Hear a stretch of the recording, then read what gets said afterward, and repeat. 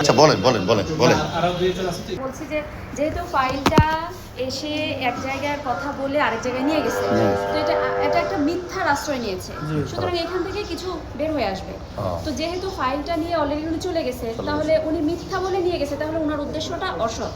তাহলে এই অসৎ উদ্দেশ্যে এই 2-3 ঘন্টা যাবত ফাইলটা গায়েব নাই, তাহলে যেটা করার সেটা অলরেডি কিন্তু করতেছে। তাহলে ওইখানে থামানোর উপায় কি?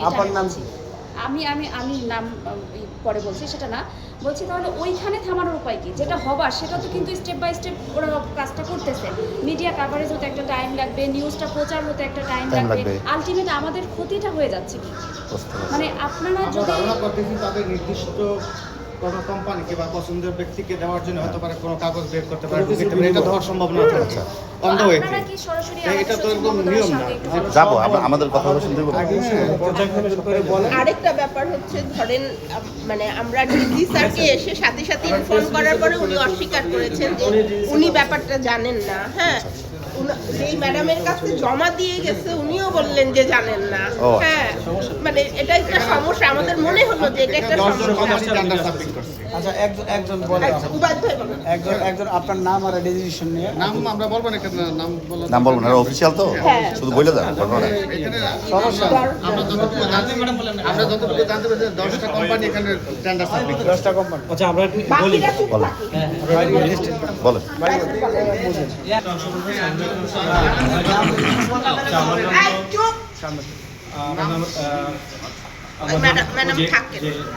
নারী ও শিশু নির্যাতন প্রতিকার প্রতিরোধে সমন্বিত সেবা জোরদারকরণ এবং কুইক রেসপন্স টিমের কার্যক্রম, এটা আমাদের যে মাল্টি সেক্টর প্রোগ্রাম, এটারই ধারাবাহিক অংশ। এটা আউটসোর্সিং পদ্ধতিতে জনগণ নিয়োগের যে টেন্ডারের কাজ চলমান। ইতিমধ্যে এটা ওপেনিং হয়েছে মার্চের 10 তারিখ। মূল্যায়ন কমিটি মিটিং হয়েছে এপ্রিলের 6 তারিখ, এবং আজকে নির্ধারিত কোনো মূল্যায়ন কমিটির মিটিং নাই। কিন্তু আমাদের যে প্রজেক্টের প্রকল্প পরিচালক রুবিনা গুনিয়াপা ম্যাডাম, উনি আমাদেরকে যে টেন্ডার ডকুমেন্টগুলো মিটিং হয়েছে কিন্তু চূড়ান্ত হয় না, এটা কাজ চলমান কিন্তু। আর টেন্ডারের মতো একটি স্পর্শকাতর বিষয় যে ডকুমেন্টগুলো তখন উনি আমাদের দপ্তর থেকে বের করবে, তখন আমরা বললাম যে ম্যাডাম এটা কোথায় নেবেন। উনি আমাদের মহাপরিচালক স্যারের কথা বললেন, স্যার দেখতে চেয়েছেন। তো পরে আমরা স্যারের কাছে আসলাম। আসলে এটা তো আপনার স্যারের নাম কি? আমাদের নতুন ডিজি স্যার যিনি আসছেন, তো স্যারের কাছে আমরা গেলাম। স্যার তখন বললো যে না, এটা তো আমাদের এখানে আমরা চাই নাই, এখানে নিয়ে আসে নাই। তো পরবর্তীতে আমরা 4-5 জন, আমি আমার সহকর্মী 4-5 জন যখন আবার গেটে গেলাম, তখন দেখলাম যে এগুলো নিয়ে একটা গাড়িতে করে নিয়ে যাচ্ছে, অনেক গাড়িতে করে। হ্যাঁ, তখন আমরা ওনাকে ডিবিডি ম্যাডামকে ফোন দিয়েছি। তো উনি আবার তখন ফোনটা রিসিভ করে না করে আমাকে টেস্ট করলো মিটিং, বাট তখন সে আমার কিন্তু গাড়িটা, আমার একটা স্ক্রিনশটও আছে। পরবর্তীতে টেন্ডারের মতো একটা স্পর্শকাতর বিষয় যেটা চলমান আছে, এটা মূল্যায়নের কাজ চলতেছে, এবং এখানে একটা কোম্পানি 10টা কোম্পানি সাবমিট করছে, একটা কোম্পানি কাজ পাবে, হোয়াট এভার ইট মেবি, যেই পাক। তা আমাদের এখন নির্ধারিত হয় না কে পাবে, নির্ধারিত হয় না, রাইট। এবং এটা মাননীয় মন্ত্রী মহোদয় আমাদেরকে বলছে, আমাদের কর্মরত জনবলের বিষয়ে সে কাজটা কি এবং কয় টাকা? এখানে তো আমাদের প্রায় 40 কোটি টাকার মতো। কত কোটি টাকা? 40 কোটি টাকা। 40 কোটি টাকা। এখানে একটা অপশন ছিল, যারা এক্সিস্টিং যে জনবল আছে, যারা মাটি শিক্ষা প্রোগ্রামে যারা কাজ করছে, তাদেরকে নেওয়ার বিষয়ে মন্ত্রী মহোদয় এবং আমাদের ডিপিপি তুলে তাদেরকে অগ্রাধিকার দেওয়া হবে। কিন্তু প্রকল্প পরিচালক এটা চাচ্ছে না। উনি চাচ্ছে এখান থেকে কিছু লোক বাদ দিয়ে বাইরে থেকে লোক কিনতে, যার বিদ্যমান লোকজন থাকলে টাকা পয়সার লেনদেন এটা সম্ভব না। নতুন লোককে বুঝে পেরে সরকারি চাকরি সেই টাকা নেওয়া যায় মাঠ পর্যায়ে থেকে।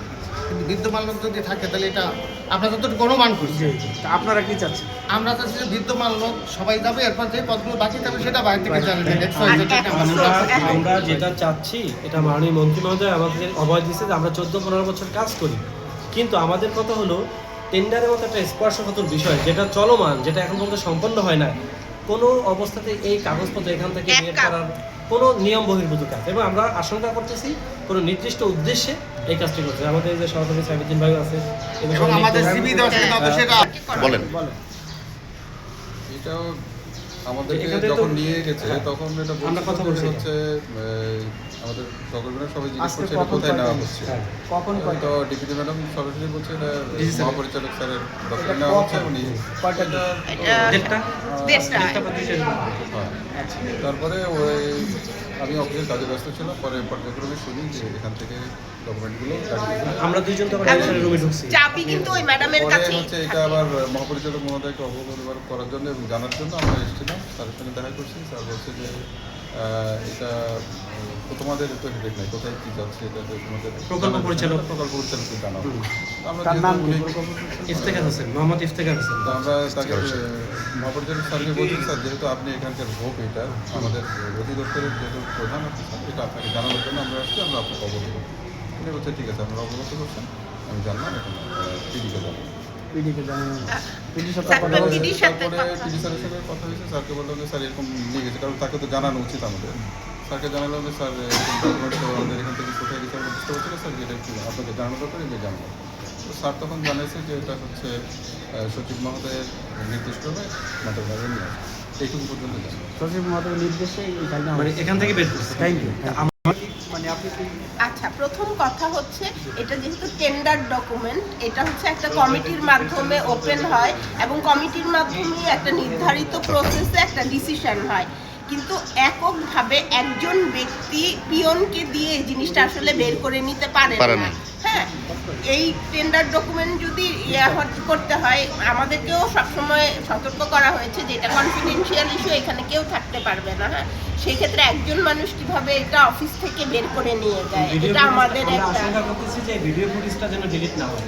হ্যাঁ, হ্যাঁ, জি জি, এই উনি যে নিয়ে গেছেন সেটা সিসিটিভিতে জি, এই আমাদের এইখানেও সিসিটিভি আছে এবং আমাদের যে প্রকল্প অফিস ওখানেও সিসিটিভি ক্যামেরা আছে, যেখানে এই জি জি সিসিটিভি কি সচল আছে? সচল আছে। সচল আছে, এখানে সচল আছে।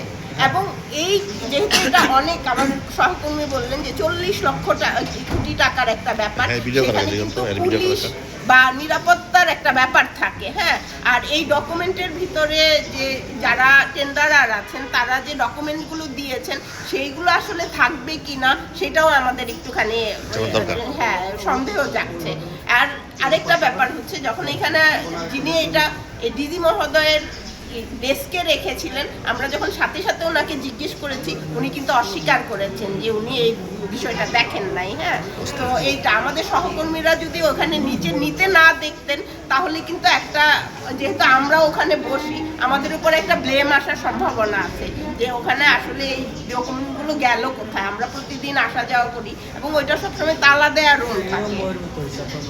আমাদের হচ্ছে যে এটা আসলে উদ্দেশ্য প্রণোদিতভাবে আমাদেরকে হয়তো কোনো রকমের একটা ঝামেলায় ফেলার জন্য অথবা আমাদেরকে কোনো মানে ডিপ্রাইভ করার জন্য এই কাজটা করা হয়েছে। এই ধরনের এটার ভিডিও ফুটেজ, যেটা ভিডিও ফুটেজটা আজকে সিসিটিভি যে কাভারেজটা, আমরা আশঙ্কা করছি যে এটা যেন কোনো রকমে ডিলিট না হয়। কারণ দেখেন এখানে যদি আমরা এ করতেছি, এখানে আমরা প্রয়োজনে আমরা এটাকে প্রমাণ হিসেবে আমরা ব্যবহার করতে পারবো, যেটা নিয়ে গেছে হোপের অনুমতি ছাড়া, কিন্তু এত বড় একটা স্পর্শকাতর বিষয় সেটা তার এছাড়া এটা কোনো ক্রমে টেন্ডার ডকুমেন্ট বাইর করার সুযোগ নেই। এটা ডিডি প্রশাসন ম্যাডাম দেখেন, উনি আসতে উনি ওনার রুমে খালি উনি আছেন, মানে উনি চাইলে এটা ভিডিওটাও দেখতে পারেন। তার অ্যাক্সেস আছে এটা। হ্যাঁ, আচ্ছা, আচ্ছা। এটা আমাদের এটা হলো যে আমাদের এই সার্ভিসগুলো ধরেন এটা স্পর্শকাতর সার্ভিস, খুব জরুরি সার্ভিস। এটা দিনের পর দিন ধরেন এটা মানে আমাদের সার্ভিসগুলো চলমান আছে, কিন্তু এটা নিয়েও কোনো ইয়ে নেই। আচ্ছা, আমাদের সেটা হচ্ছে আপনারা হয়তো ওসিসি বা ওয়ান স্টপ ক্রাইসিস সেন্টারের কথা জানেন, যেটা হচ্ছে সমন্বিত, একজন নির্যাতনের শিকার নারী বা শিশু আসলে আমরা সমন্বিত সেবা দেই।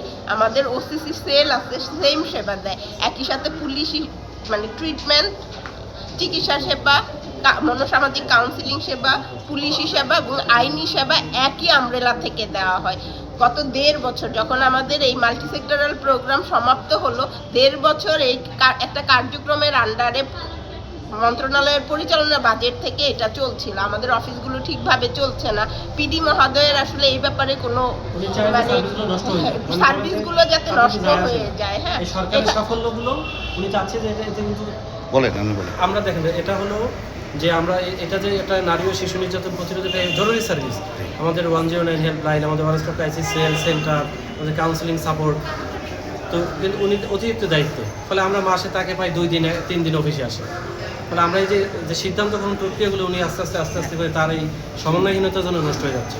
ফলে যেটা মানে তার কোনো মাথা ব্যথা নেই। আচ্ছা, আরেকটা কথা হচ্ছে আমাদের ডিপিডি রুবিনাগরের কাছে এটা চাবি ছিল, সাইফুল ভাইয়া ভুল না করলে উনি কিন্তু একদিন আগে এই চাবিটা হারিয়ে ফেলে তালাটা আবার নতুন করে লাগিয়েছেন। হ্যাঁ, হ্যাঁ, এখন আবার নতুন তালা লাগিয়ে সেই তালার খুলেই নিয়েছেন। আরেকটা কথা আমি বলতে চাই, সেখানে হচ্ছে এখানে মাননীয় মন্ত্রী আমলে 2001 সনে এটা ফুল ফেজে এই এত সুন্দর একটা প্রোগ্রাম দেশব্যাপী চালু হয়েছে। সেই প্রোগ্রামটার আসলে 4 মাস বেতনও পাচ্ছি না। হ্যাঁ, এই প্রোগ্রামটা রান করতে গিয়ে আমরা এখন 4 মাস বেতন পাচ্ছি না, আমরা আমাদের সার্ভিস বন্ধ করিনি। তো সেই ক্ষেত্রে বর্তমান সরকারের এত সুন্দর একটা উদ্যোগ হয়ে যাবে, আপনারা একটুখানি তুলে ধরবেন। আপনি ছিলেন না এই যে কোথায় ছিলেন একটু প্রশ্ন করি, আজকে যে ঘটনা যে স্যাররা ম্যাডামরা বললেন যে এই প্রক্রিয়াটা কি সঠিক কোনো প্রক্রিয়া না এটা অন্যায় প্রক্রিয়া বা উদ্দেশ্যপূর্ণ, আপনার কি মনে হয়? আজকে যে ফাইল নেওয়ার ঘটনাটাকে কেন্দ্র করে এটা কি সঠিক মনে হয় না উদ্দেশ্যপূর্ণ? ডকুমেন্ট যে নেওয়া গেলো এটা কি সঠিক না উদ্দেশ্যপূর্ণ? দুইটা কথা কি মনে হয়? এটা এই প্রক্রিয়া তো অবশ্যই উদ্দেশ্যমূলক, সঠিক পদ্ধতিতে নেওয়ার কোনো আপনি কি চাচ্ছেন তাহলে একজন প্রতিকার চাচ্ছে? এটা মন্ত্রী মহোদয়, সচিব মহোদয় যারা আছে যাতে ব্যবস্থা ভাই বলেন। আমি মহিলা শিশু বিষয়ক মন্ত্রণালয়ের কর্তৃক পরিচালিত নারী নির্যাতন প্রতিরোধে মাল্টি সেক্টর প্রোগ্রাম থেকে ন্যাশনাল হেলথ সেন্টার কর্মরত। ন্যাশনাল হেলথ সেন্টার 24 ঘন্টা পরিচালিত। এটা হচ্ছে নারী নির্যাতন প্রতিরোধে মন্ত্রণালয়ের একটি জরুরি সেবা। এখান থেকে সারা বাংলাদেশের নারী ও শিশু এবং বিভিন্ন অভিযোগ গ্রহণ করা হয়। এখানে পুলিশি সহায়তা, আইনি সহায়তা, সালিশি সহায়তা এবং বাল্যবিবাহ বন্ধ করা হয় এবং যে কোনো সমস্যা এখান থেকে সমাধান করা হয়। এই প্রজেক্টটা হচ্ছে আপনার শুরু হয়েছে 2001 সাল থেকে। হ্যাঁ, 2001 সাল থেকে শুরু হয়ে এই যাবৎ পর্যন্ত চলমান, 24 সাল পর্যন্ত চলমান, 25 বছর পর্যন্ত চলমান। এটা রাজস্ব খাতে নেওয়ার জন্য মন্ত্রণালয় থেকে বারবার চিঠি এবং পত্র প্রেরণ করেন এবং রেজলিউশন, বিভিন্ন সভায় বিভিন্ন রেজলিউশন সংগঠিত হয়। এই সভায় সিদ্ধান্ত গৃহীত হয় এই প্রজেক্টটা রাজস্ব খাতে নেওয়া হবে এবং আমাদের কাছে পর্যাপ্ত পরিমাণ ডকুমেন্ট আছে। আমাকে যদি বলতেন আমি এখনই দেখাতে পারবো। এরা নতুনভাবে প্রকল্প নিয়ে আসার পরে এরা আউটসোর্সিং করে দেয়, কিন্তু আমাদের রাজস্ব কার্যক্রম এখনও পরিচালনা মানে চলমান আর কি। আমাদের পদ ক্রিয়েটের জন্য আমার ফাইল পাঠায়, অধিদপ্তর থেকে ফাইল মন্ত্রণালয় পাঠানো হয়েছে। হ্যাঁ, এই জরুরি সেবা এখানে আমরা সেবা দিই 24 ঘন্টা। এখানে তো আউটসোর্সিং এটা চলে না, এই প্রকল্প আউটসোর্সিং চলে না। এটা রাজস্ব তো না নিলে ভিক্টিমরা সেবা তো পাবে না। এছাড়া এটা জরুরি সেবা। এখানে আমাদের সাথে কথা বলতে হয় বিভিন্ন মন্ত্রী মহোদয় আমাদের সাথে মিটিং করেছেন। মন্ত্রী মহোদয় আউটসোর্সিং নীতিমালা, এটা গত পরশু মন্ত্রী মহোদয় তিনি যথেষ্ট মানবিক, তিনি আমাদেরকে আশ্বস্ত করেছেন যে যেহেতু এটি একটি এমার্জেন্সি সার্ভিস, এখানে যারা দীর্ঘ বছর দক্ষ প্রশিক্ষিত জনবল তাদেরকে আউটসোর্সিং নীতিমালা 2025-এ যে অর্থ বিভাগের সম্মতিক্রমে সরাসরি নিয়োগের যে একটি প্রভিশন আছে সেটাকে ফলো করে এটা নেওয়া, আমাদের জনবলটাকে নেওয়ার বিষয়ে একটা আলোচনা চলছে। কিন্তু সেই রেজলিউশন সাইন করার আগেই আজকে হঠাৎ করে হোপের পারমিশন ছাড়া, এবং আজকে কোনো মিটিং নেই, মূল্যায়ন কমিটি সবাই নেই, আজকে কোনো মূল্যায়ন কমিটি সবাই নেই, সেক্ষেত্রে পুরো পুলিশ কোনোই নাই। সেখানে হঠাৎ করে এখান থেকে এই যে স্পর্শগত ডকুমেন্টগুলো নিয়ে গেল ডিপিডি ম্যাডাম, এবং সে বলতেছে পিডি স্যারের নির্দেশ, পিডি স্যার বলতেছে সচিব স্যার নাকি, অথচ ডিডি জানে না, অথচ ডিডি স্যারের কথা বলছে, ডিডি স্যার যায় না। এটা তো আমরা আশঙ্কা করতেছি এখান থেকে একটা মিথ্যার আশ্রয় নিয়েছে এবং এটা উদ্দেশ্যমূলকভাবে এটা নিয়েছে।